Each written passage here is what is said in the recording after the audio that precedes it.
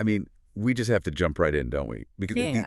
the contradiction at the heart of this entire story is just, it's maddening. It's breathtaking. It Right. really is. You're looking at someone who is, by all accounts, a proven executive. An architect. Yeah, of this whole creative universe we've been following for years. And I do. He hits this unbelievable financial high point. And we have the records. This isn't speculation. We've seen the documents. Mhm. The total income for Daniel Bates, the man, the executive, was $170,942 in 2022. $170,000. Mhm. A six-figure earner. Someone who clearly knows how to build, how to manage, how to monetize creativity. Absolutely. He was running a full-scale operation. This is documented stability. Okay, so you have that. That's the foundation. And then you have this brutal, immediate contrast. Mhm. The same exact man goes to absolute ground zero. We're talking homeless. We're talking total loss of property, facing a bankruptcy dismissal. And it was all over his inability to make a single payment. A single mandatory plan payment of just $630. $630. Yeah. It doesn't compute. How does someone who built a business that generated over 170 grand lose it all over less than a car payment? That's the chasm in logic, isn't it? The 170,000 proves the capability. The 630 proves the systemic vulnerability. And that is the puzzle we're here to unpack. That is exactly the mission. So today is November 8th, 2025. We're just 2 days past what should have been 11S6 day. A day that was supposed to be this huge creative launch. And instead, there's just silence. So we are going deep. We're going to look at the timeline, the specific events, the psychological markers, and the unseen forces that caused this extreme pivot. We're not just analyzing the DLB art this time. We're examining the crack in the human foundation underneath it all. And I think we need to be clear for everyone listening, right from the top. We've been following this for years. We were at the sit-down. We wholeheartedly believe in the narrative he's laid out. We're unwavering supporters, no question. But to really understand the resilience it's going to take to rebuild, you have to look unflinchingly at the wreckage. You have to see how violent this collapse really was. Okay, so let's start there. Section 1, the financial wreckage. Because like you said, this isn't a story about a chaotic person. Daniel Bates was defined by consistency. The ghost persona, that's what we called it early on, the operational executive side of him, built for structure. Absolutely, the documents show it. His professional history is just. It's a foundation of reliability. We're looking at long-term positions, 9 years at one place, 3 at another, and then, crucially, 11 years in roles from luxury suite attendant all the way up to warehouse supervisor. And not just a supervisor. He was, independently managing the whole operation, the primary backup manager. Exactly. This is someone who thrives on order and logistics. This is the profile of a stabilizer. And his home life was the same. Before all this, before September 2025, he'd been in the same apartment complex, Preston Valley, for 11 consecutive years. 11 years. Think about that.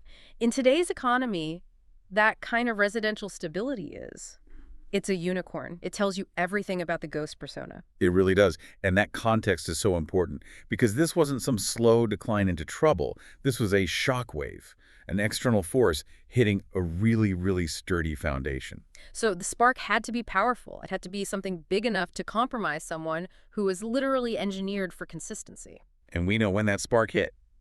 November 2024. That's the turning point. And the irony is just, it's excruciating. It happens right after his birthday trip to Puerto Rico. The very trip where he solidified the entire philosophical groundwork for 11SIX music. He comes back with this vision, this fire, and on Thanksgiving Day, of all days, he gets fired from his job at the tavern. And the reports around that termination are messy. There are allegations of inaccuracies, maybe even malpractice in how it was handled. But regardless of the specifics. That one event, losing that one stable W-2 income stream, that was the pin being pulled from the grenade. The fallout was immediate. We see it in the documents. Missed car payments, late rent. It starts right then. And here's where the system just starts to grind him down. His unemployment benefits, they were delayed, massively delayed. He didn't see a dime until March of 2025. Even though he was actively looking for work, interviewing the whole time. So you have this gap, November, December, January, February, March, 5 months of basically a financial war of attrition. And while he's just trying to stay afloat, draining every last bit of his savings, what's the apartment complex doing? Repeatedly impounding his car. Unbelievable. So he's forced to use what little critical money he has left, money that should be for rent, for food, just to get his car back. the very tool he needs to find another job. So the system isn't just failing to help, it's actively penalizing him for the instability it helped create. It's like a cascade of failures. By the time August 2025 comes around, he knows the ghost can't outrun the debt anymore. So he does what you're supposed to do. He seeks legal protection. He files for Chapter 13 bankruptcy. He listed liabilities over $46,000. He was looking for that fresh start that the law is supposed to provide. And maybe we should quickly clarify that for people who might not know. Chapter 13 isn't just giving up, right? Not at all. That's Chapter 7, the liquidation. Chapter 13 is reorganization. It's for people with a regular income who can create a plan to pay back their debts over, say, 3 to 5 years. So it's designed to let you breathe, to restructure, get back on your feet. It is supposed to be a shield. It allows the debtor to regain control. But in September 2025, that shield was just rendered completely useless. Because he was allegedly subjected to a willful violation of the federal bankruptcy stay. And that's a serious legal term, willful violation. What that means in plain English is the second you file for bankruptcy, an automatic injunction, the stay, goes into effect. So creditors have to stop. All collection has to stop. No calls, no lawsuits. And absolutely no evictions. A willful violation means the creditor, in this case the landlord, allegedly knew about the stay and proceeded with an eviction anyway. Which is what happened. An illegal eviction attempt. The termination of his 11-year lease. It was a direct sabotage of his attempt to use the system to fix the situation. He was following the rules, and the system it broke its own rules to push him out. And then, less than 2 weeks later, September 10th, 2025, the final physical blow. The fire. A 2-alarm accidental fire at Preston Valley. It was traced to unattended cooking in a neighbor's apartment. But it resulted in the total loss of all his personal property. Everything. 11 years of his life. The professional documents, the music equipment, the personal archives, the very foundation of the DLB universe, it was all gone. Just like that. Immediate homelessness for him, his dependent, and his service dog. That entire foundation, which had held for over a decade, was just wiped out in 90 days. A job loss, a legal failure, and an act of God. The perfect storm. Which brings us right back to where we started. That maddening $630 chasm. After all of that, the final domino was that one mandatory plan payment due September 21st. A payment he couldn't make. Why? Because he was suddenly jobless and homeless. He'd been stripped of his income and all his physical assets. The system had consumed everything. It just proves the engine was already running on fumes. The structural collapse was inevitable once that W-2 income was gone. It really was. The legal failures and the fire were just the final blows that brought the whole thing down. And the personal cost. It's not some abstract idea. We have the message he sent to his law firm right after. What does it say? I have no car. Red Cross gave me some help for clothes and basics since I lost everything. I'm currently homeless. Wow. Just that simple statement. That's the ultimate cost of this kind of systemic failure. The ghost was silenced. But here's the thing. Even in that silence, even at that absolute lowest point, we see the Daniel Code kick in immediately. Right. And that's a perfect transition into our second section, the dependent's defense. Because the ghost might have been broken, but the DLB persona stepped right up to protect his circle. And you have to understand how vulnerable that circle is. He's the caretaker for Bruce Nutter. The 67-year-old man, retired, disabled, and terminally ill with chronic heart disease. Living on a fixed income of about $12,000 a year. $12,000. Yeah. He's completely dependent on Daniel for everything. Logistics, support. Yeah. And he was displaced by the fire right alongside him. And this right here is the key insight into Daniel's character.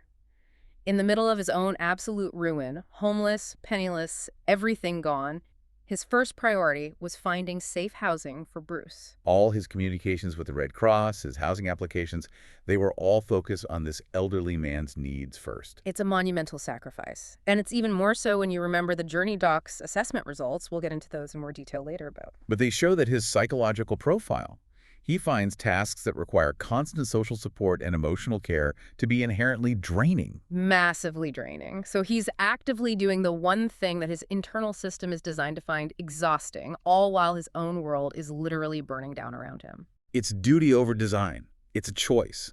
And you can't even imagine the psychological cost of that. And it wasn't easy. He wasn't just finding a place. He was fighting all these petty bureaucratic battles.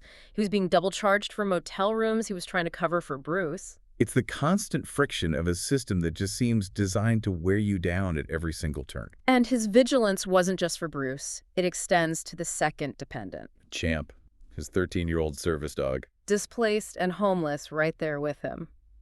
That bond is, well, you could see it's a huge source of emotional stability for him in all the chaos.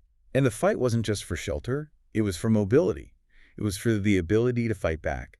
All through October, he was still fighting to get his vehicle back. The all-black Nissan Nismo, the Midnight Runner. That car was central to the bankruptcy case. It represents autonomy, the potential to earn. But, and this is a big but, we do have a piece of good news here. A tactical win in all the wreckage. And he got it back. He got it back October 27th, 2025.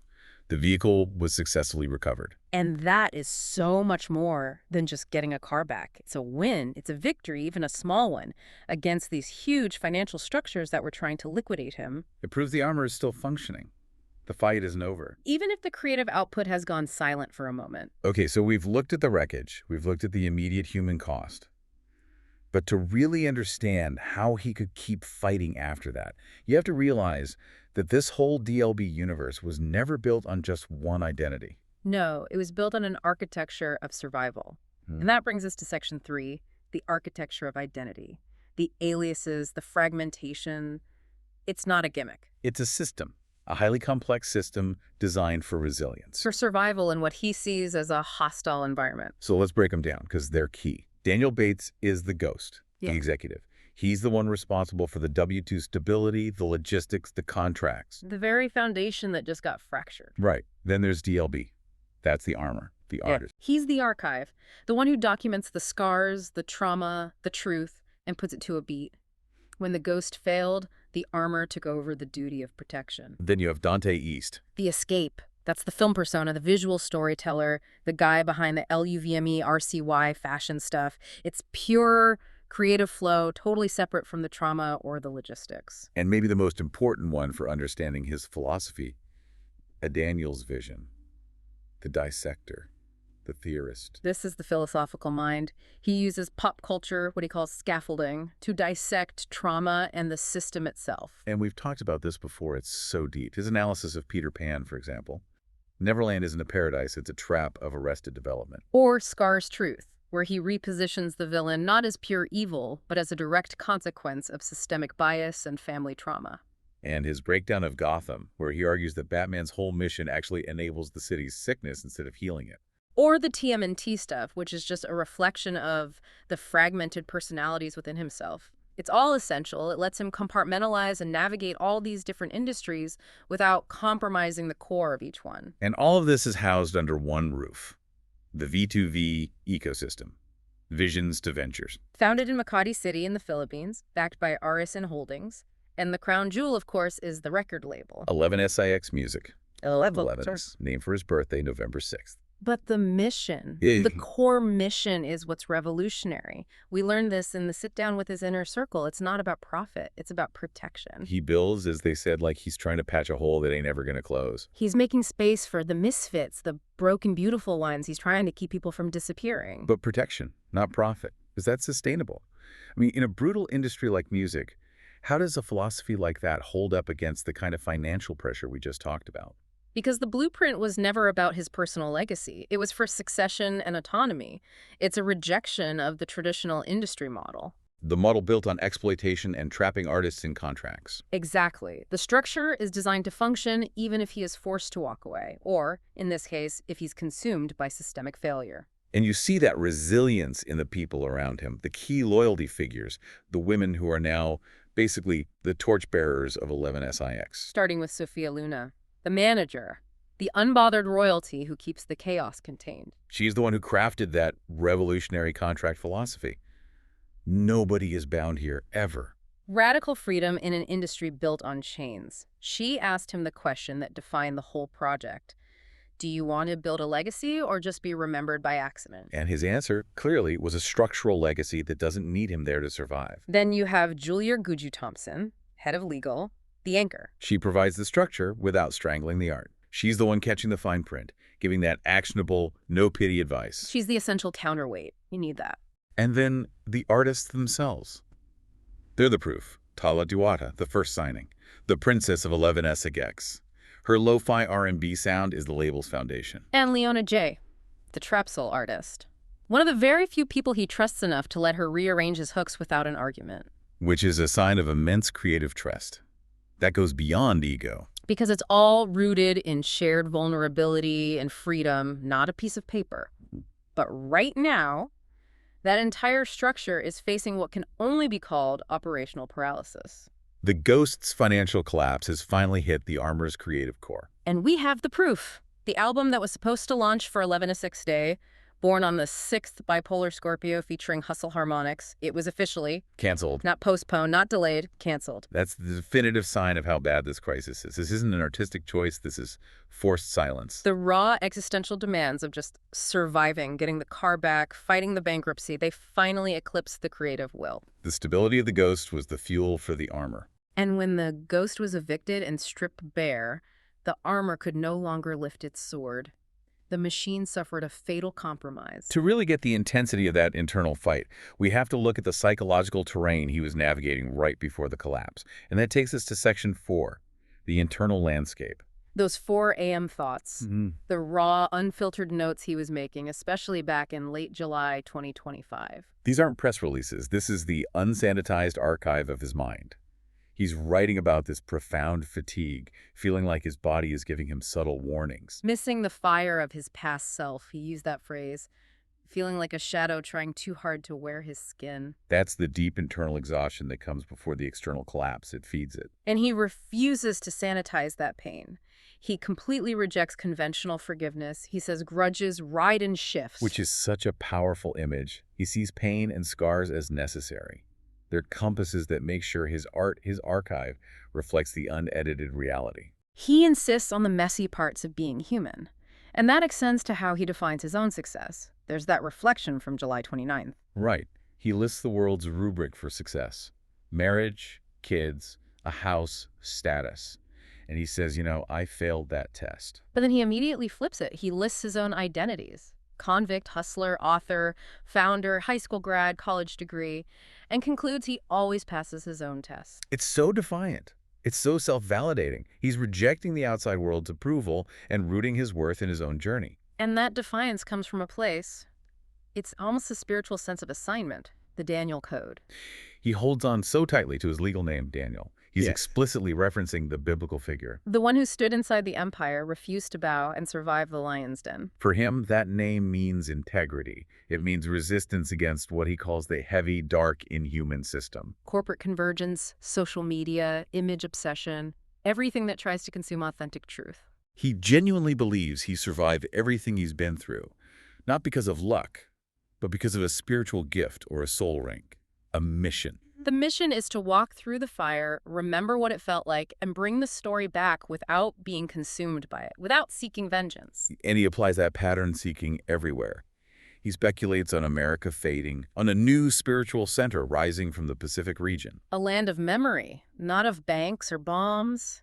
It shows he's constantly searching for a bigger meaning beyond his immediate material crisis. And all of that spiritual, philosophical stuff is fascinating, but when you pair it with the objective analysis, the Journey Doc's assessment results, that's where you get the real aha moment. Yes, this is the key to understanding the cause of the collapse. These are documented psychological tendencies. His score in conventional interests is high, very high. Which means Daniel Bates is inherently organized, exact, detail-oriented. He prefers clear structure. He needs it. That's the Ghost.